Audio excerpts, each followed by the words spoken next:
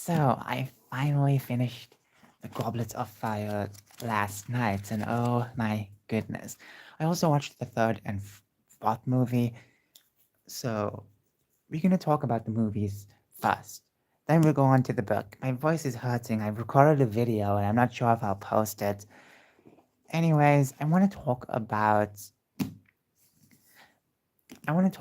the movies first. The Prisoner of Azkaban. Obviously, I think the movie's quality got pretty good, and I would say that though it's not really my super favorite movie because it tried not, well, it did try to be as best as it can be towards the books, but certain things were not there. Obviously, they couldn't do everything, but sometimes I just felt like there were certain things that they could have added, maybe could have done without. But nonetheless, I feel like they represented the book somewhat well. So, yeah, I feel like it was a good watch. Um, then I watched The Goblet of Fire just today, and oh my goodness, that movie is so good. Obviously, just coming fresh with the mindset of what happens in the books. Obviously, this was just so good because I knew what was going to happen with the plot, but even so, they had some interesting takes and interesting spins that made me just enjoy it just a bit more. But of course, certain things were not there. Certain things like the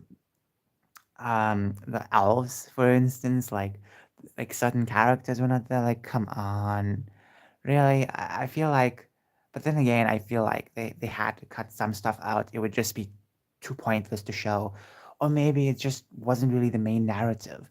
Take Lord of the Rings movies. They kind of focused, the narrative, especially in the first two movies, about the ring. And yes, the ring is very important, but also the characters and that journey was important, so they couldn't show everything, so they had to always cut things out. And as long as they stick to what's canon, that makes sense. Even if they swap certain parts around, it just makes sense. um wow, just wow. This book is epic. It was a very thick book as well, so when it comes to the book, let me read you the chapters, shall we? So the Riddle House, the Scar, the Invitation, back to the Burrow, the Weasleys, Wizard Wheezes, the Portkey, Bagman and Crouch, the Quidditch World Cup, the Dark Mark, Mayhem at the Ministry, aboard the Hogwarts Express, the Triwizard Tournament, Mad High Moody, the Unforgivable Curses, Bjergspatens and Dormstrang, the Goblet of Fire, the Four Champions, the Weighing of the Worms, the Hungarian Horntail, the First Task. Yeah, there's a lot of chapters in this book, okay? It's a big book. The Aushelf Liberation Front, Unexpected Task, the Yule Ball, Rita's Skeeter's Scoop, the Egg and the Eye, the Second Task, Padfoot Returns, Madness of Mr. Crouch, the Dream, the Pensy of. I hope I'm pronouncing it right. The third task, Flesh, Blood, and Bone, the Death Eaters. I can't pronounce this. It's a spell. I can't pronounce. Not a spell. It's when two wands of using the same what same thing inside. What was inside of a phoenix feather? If they have like the same specific material inside the wand, then they'll like clash and they'll kind of like have a long string, and it's gonna be it's pretty interesting if you read the books. So yeah, it was represented well in the movies. I can tell you that. The parting of ways and the beginning. Now, obviously, the movie. Oh my goodness, I can't stop talking about the movie because I feel like that movie is very rewatchable. Like it's so rewatchable compared to the other three. Like I'm not saying the first one was bad. It's a start. It's good. Second one, it's interesting and pretty scary towards the end. The third one, the third one is good, but when it compares to the fourth one is so the movie, the way it represents it. The book is a very long read, but if you have enough time, you can finish it maybe within a couple of days. And it gets pretty interesting. The first chapter, you may just read it and you may be wondering what's going on, but as soon as you finish it, it just scares you.